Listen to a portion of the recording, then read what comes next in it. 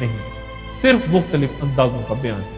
اور دیکھنا یہ ہے کہ یہود نے حضرت عیسیٰ علیہ السلام کے ساتھ جو سلوک کیا وہ ان کے کس جرم کی سزا تھی، اور آپ نے علماء یہود کے جن غلط کاریوں کے بارے میں فرمایا تھا، ان کی نشاندہی کی تھی، کیا وہ سب غلط تھی؟ واقعہ صلیب کے وقت حضرت عیسیٰ علیہ السلام کی عمر 33 سال تھی، اور یہ واقعہ جمعے کے دن پیش آیا، جسے عیسائی گڈ فرائیڈے کہتے ہیں، کہ اس روز آپ بنی آدم کے لیے کفارہ مانتے۔ اس کے بعد ایسٹر کا تہوار آتا ہے، کیونکہ عیسائیت کے مطابق حضرت عیسیٰ علیہ السلام اس روز دوبارہ زندہ ہو کر اپنے شاگردوں سے ملے تھے۔ یہودی کہتے ہیں کہ اگر عیسیٰ سچے مسیح تھے تو صلیب پر کیوں نہیں؟ کیونکہ صلیب کی موت ملعون ہے۔ اس سے یہودیوں میں پیغمبروں کی تقدیس کے نظریے کا اندازہ لگایا جاتا ہے۔ حضرت عیسیٰ علیہ السلام کے بعد عیسائیت زور پکڑتی گئی، اور 64 عیسوی میں یہودیوں نے رومنوں کے خلاف کھلم کھلا اعلان بغاوت کر دیا۔ اس کے بعد رومی سلطنت نے ایک سخت کارروائی کر کے اس بغاوت کو چل دیا۔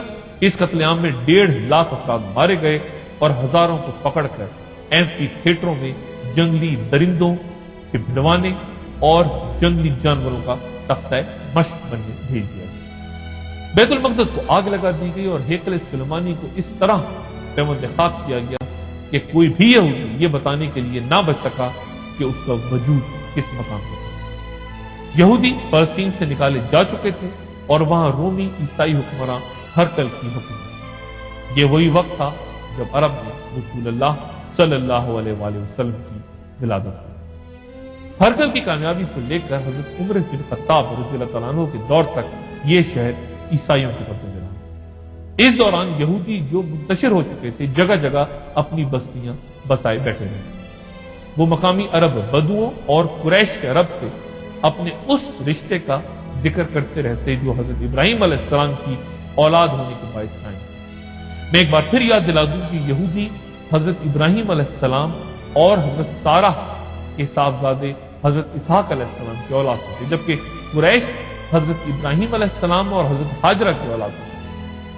یہود نے حضرت اسماعیل علیہ السلام کی قربانی حضرت اسحاق سے منسوب کی، اور حضرت اسماعیل علیہ السلام کی والدہ ماجدہ ہاجرہ کے بارے میں یہ داستان اپنی الہامی کتاب توریت میں داخل کر لی کہ وہ ابراہیم علیہ السلام کی بیوی نہیں بلکہ لونڈی تھی، جنہیں وہ اپنی بیوی سارہ کے کہنے پہ بے آب ہو گیا ریگستان میں مرنے چھوڑ دی۔ عیسائی یروشلم پر اپنے قبضے کے دوران صدیوں تک کوڑا کرکٹ یہودیوں کے کھنڈرات پر پھینکا کرتے تھے، اور یہ صورتحال حضرت عمر فاروق رضی اللہ تعالیٰ عنہ کے یروشلم کے محاصرے تک جاری ہے۔ اسقف اعظم صفر النیس نے دلیری کے ساتھ باستینی سپاہیوں کی مدد سے یروشلم کا دفاع کیا، لیکن فروری 638 عیسوی میں عیسائی ہتھیار ڈالنے کو مجبور ہو گئے۔ اسقف اعظم نے حضرت عمر رضی اللہ تعالیٰ عنہ کے علاوہ کسی اور کو شہر کی چابیاں دینے سے انکار کر دیا۔ حضرت عمر جب شہر میں داخل ہوئے تو وہ اپنے معمول کے اونگی لباس میں، انہوں نے کسی خوریزی کے بغیر جس پرامن طریقے سے شہر کی تصویر کا مرحلہ طے کیا، اس کی مثال اس شہر کی طویل المناک تاریخ میں نہ پہلے کبھی دیکھی گئی تھی اور نہ کبھی پھر نظر آئی۔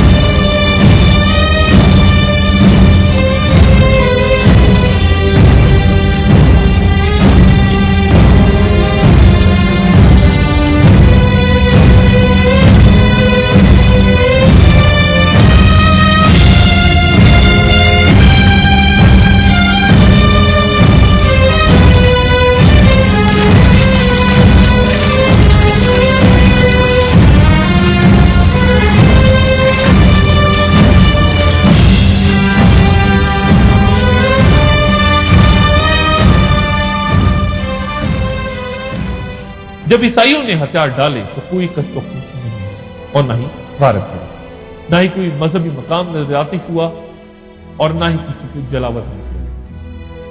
حضرت عمر رضی اللہ تعالیٰ عنہ نے مقامات مقدسہ دیکھنے کی خواہش کا اظہار کیا تو اشرف اعظم انہیں لے کے سیدھا انستیسس یعنی حیات نو کے مقام پہ پہنچے۔